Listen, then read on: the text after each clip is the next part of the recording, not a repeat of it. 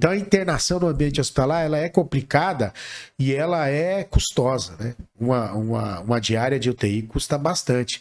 E é claro que se a gente conseguir diminuir o custo disso e conseguir melhorar, né, a qualidade de vida do paciente, eu acho que, pelo menos é o que eu acho que tem que mover quem estuda essa área, né? Pelo menos, na minha opinião. Olha a palavra que ele usou, né?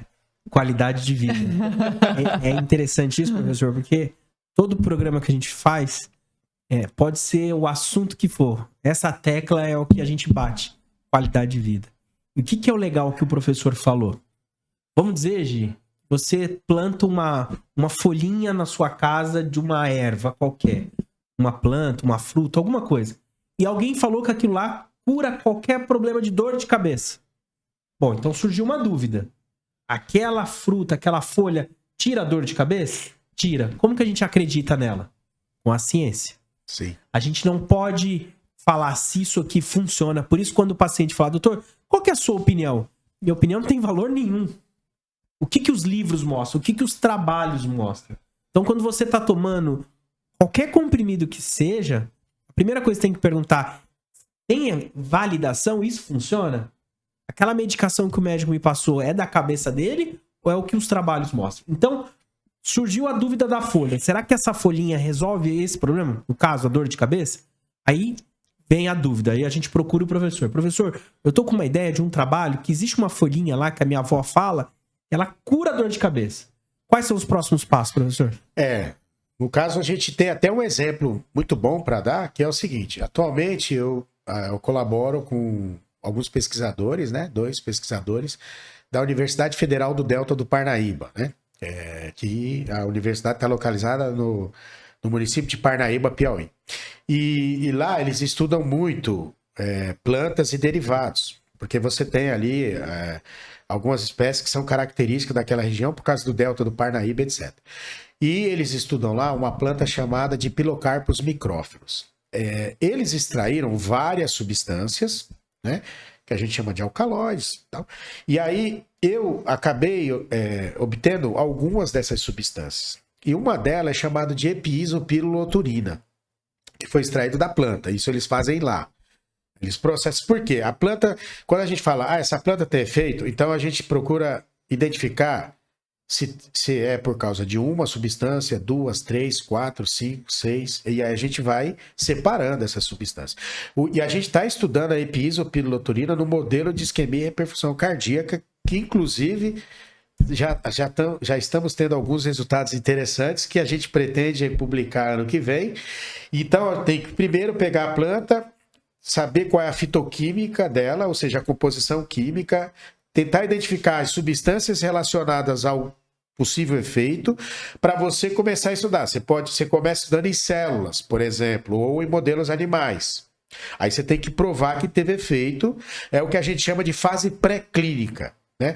Os medicamentos, quando eles chegam ao mercado, que é a fase 4, né, clínica, ele teve que passar pela fase 3, fase 2, fase 1, só que antes de chegar na fase 1, antes de chegar à fase 1, tem que passar pela fase pré-clínica, que é isso.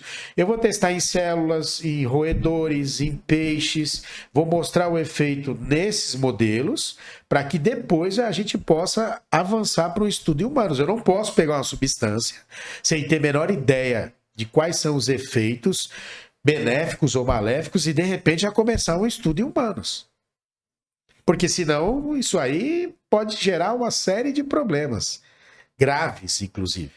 Né? Tem até um documentário na Netflix, e aqui não há nenhum conflito de interesse, estou falando só para ilustrar, de um médico italiano que começou a implantar uma traqueia com um material que ele diz que colocava células mesenquimais para melhorar a vida do paciente, e depois foi constatado que ele não fez estudos prévios e por isso todos os pacientes acabaram indo a óbito.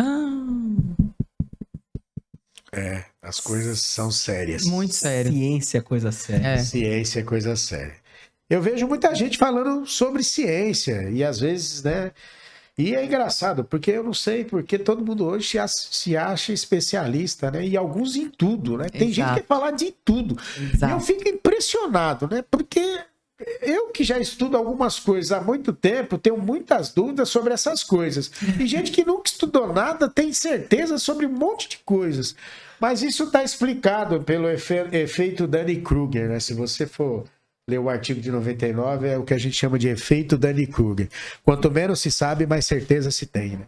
É verdade. Porque você não é nem capaz de ter dúvida quando não se sabe nada, né? Então, a Wikipedia gerou uma série de especialistas. Eles leem 4 linhas, 2 parágrafos, e aí todo mundo se acha especialista. Sabem de tudo.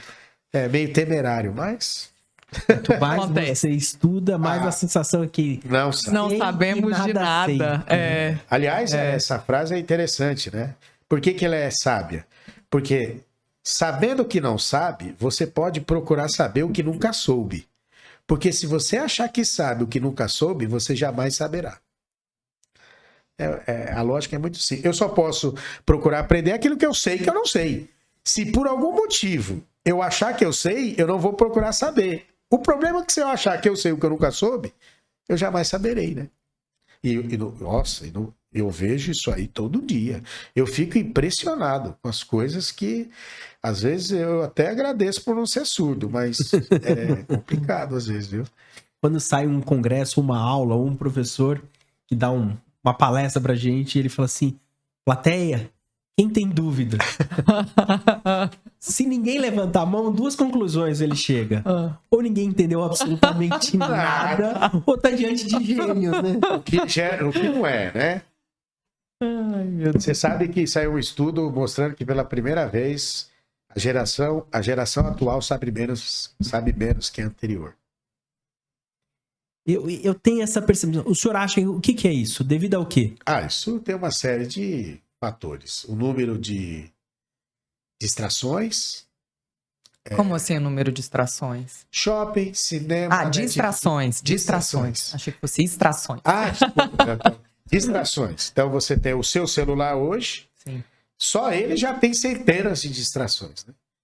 Porque aí são filmes, Instagram, o Twitter, Facebook, né? As pessoas, elas valorizam a foto do prato. Sei, tem umas coisas tanto assim bizarras que eu fico imaginando. Mas tem uma questão que também é a desvalorização do estudo. Se você for conversar com as pessoas, elas acham muito mais interessante ser youtuber, influencer. Daí elas não se aprofundam em nada mais. Absolutamente nada. Aliás, esse negócio de influencer é uma coisa que eu estou tentando entender. Mas realmente eu não consigo, né? Como é que alguém vai... Sei lá. Até tive pessoas que me influenciaram, mas geralmente eram meus professores, né? Meus orientadores. Bom, e a gente tem hoje uma vontade cada vez menor de realmente estudar. As pessoas, muitas vezes, isso acontece muito, né? Principalmente quando é remoto, as pessoas entram na reunião, na aula, colocam lá, fecham a câmera, acabam mutando o microfone e às vezes você percebe que ninguém está atento ao que está sendo dito ali, né? Então, a gente tem uma série de coisas, mas realmente hoje as pessoas, né? Outro dia eu estava ouvindo alguém falar assim, não, mas o vídeo não pode ser longo, porque senão o aluno perde a atenção. E eu pensando, eu tinha 4 horas de aula por dia. Teve dia no mestrado que o curso começava às 8 e até meio-dia. Aí eu tinha aula que começava às 14 e até às 18. E antigamente todo mundo tinha aula mais longas e desculpa, sabiam muito mais que hoje.